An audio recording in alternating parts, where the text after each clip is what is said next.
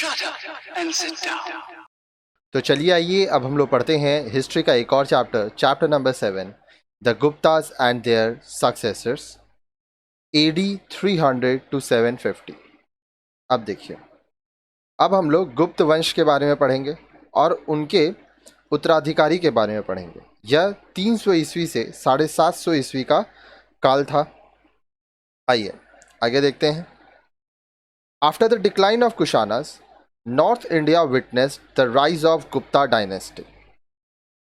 कुषाण वंश जब समाप्त हो गया तो उसके बाद उत्तर भारत में गुप्त वंश का उदय हुआ। The rulers of this dynasty were able to establish a vast empire that included almost the entire North India. अब ये जो गुप्ता वंश के शासक थे, ये इन्होंने बहुत ही बड़ा साम्राज्य स्थापित किया जिसमें पूरा उत्तर भारत शामिल था। The Guptas had certain material advantages that helped them to carve an empire.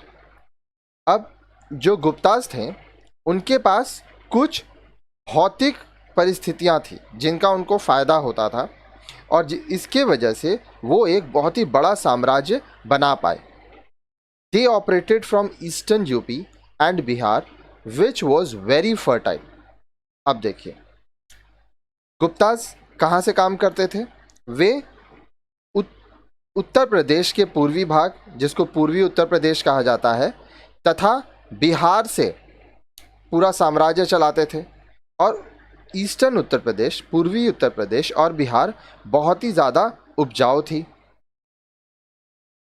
They could also exploit the iron ores of central India and Bihar to their advantages. अब देखिए, वे अपने लाभ के लिए मध्य भारत और बिहार से जो लौह अयस्क है, क्योंकि बिहार में, मध्य भारत में लोहा का खान था, तो वो उसका भी फ़ायदा उठाते थे। The period was marked by great progress in art, architecture and literature. अब इस युग में कला, वास्तुकला और साहित्य के क्षेत्र में बहुत प्रगति हुई। दे रूल्ड अप टू का AD 550। उन्होंने सन 550 तक शासन किया। After their collapse, there emerged various regional kingdoms in North India. जब गुप्त वंश खत्म हो गया तो गुप्ता वंश के खत्म होने के बाद उत्तर भारत में अलग अलग क्षेत्रीय शक्तियां विभाजित हुई। South India too witnessed the rise of two important kingdoms under the Chalukyas and the Pallavas, respectively, during AD 550 to 750। अब दक्षिण भारत में भी दो महत्वपूर्ण वंश हुए, चालुक्य वंश और पल्लव वंश, जो कि सन 550 से 750 तक उनका शासन रहा। ठीक है, तो ये जो चैप्टर है इसमें हम लोग काफ़ी चीज़ें पढ़ेंगे गुप्ता वंश से संबंधित, उनके उत्तराधिकारी के संबंधित, उनका पतन कैसे हुआ, उदय कैसे हुआ, सब कुछ हम लोग पढ़ेंगे। तो आइए सबसे पहले देखते हैं कि यह जो चैप्टर है, यह पढ़ने का हमारा ऑब्जेक्टिव्स, हमारा उद्देश्य क्या है। After studying this lesson you will be able to, अब यह चैप्टर पढ़ने के बाद आप क्या क्या सीख पाएंगे, क्या क्या कर पाएंगे। Explain the rise of Gupta empire and the political achievements of its rulers.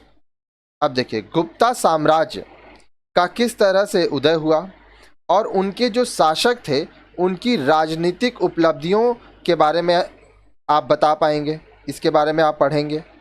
Describe the emergence of regional kingdoms after the decline of the Guptas. Gupta के पतन के बाद, मतलब जब गुप्ता वंश खत्म हो गया तो उसके बाद जो क्षेत्रीय शक्तियों के शासन का वर्णन कर सकेंगे। मतलब गुप्ता वंश खत्म होने के बाद कौन कौन से रीजनल किंगडम्स थे जो सामने आए। Analyse the nature of the Gupta and post Gupta political structure. अब देखिए, गुप्तकालीन और गुप्ता वंश का जब समाप्त हो गया था, गुप्ता वंश के बाद राजनीतिक व्यवस्था का विश्लेषण कर सकेंगे। Notify social and economic changes from CAD 300 to 750। 300 से सन 750 के मध्य के बीच में सामाजिक तथा आर्थिक परिवर्तनों के बारे में आप पढ़ेंगे। Identify cultural developments with special reference to art and literature. अब देखिए, कला और साहित्य को ध्यान में रखते हुए के संदर्भ में सांस्कृतिक विकास के बारे में आप पढ़ेंगे। Learn about the consolidation of brahmanical tradition and the emergence of puranic religion. अब देखिए, ब्राह्मणवादी जो परंपराएं, जो रीति रिवाज थीं, वो देखेंगे आप कैसे मजबूत हुए, तथा पौराणिक धर्म किस तरह से इनका उदय हुआ, इसके बारे में आप पढ़ेंगे। List the developments in science and technology. विज्ञान और तकनीक के क्षेत्र में क्या क्या विकास हुआ, अब इसको भी हम लोग पढ़ेंगे। तो यह जो चैप्टर है इसमें बहुत सारा वीडियो है जो कि आप देख पाए होंगे, तो वो वीडियोस हम लोग लाइन से सारा टॉपिक पढ़ेंगे। तो हमेशा याद रखिए, जब भी आप पढ़ाई करते हैं तो लाइन से आपको पढ़ना चाहिए, क्योंकि हर एक वीडियो पिछले वीडियो से कनेक्टेड रहता है। ठीक है, अब जो नेक्स्ट वीडियो है उसमें आप पढ़ेंगे 7.1 पॉलिटिकल हिस्ट्री, राजनीतिक इतिहास।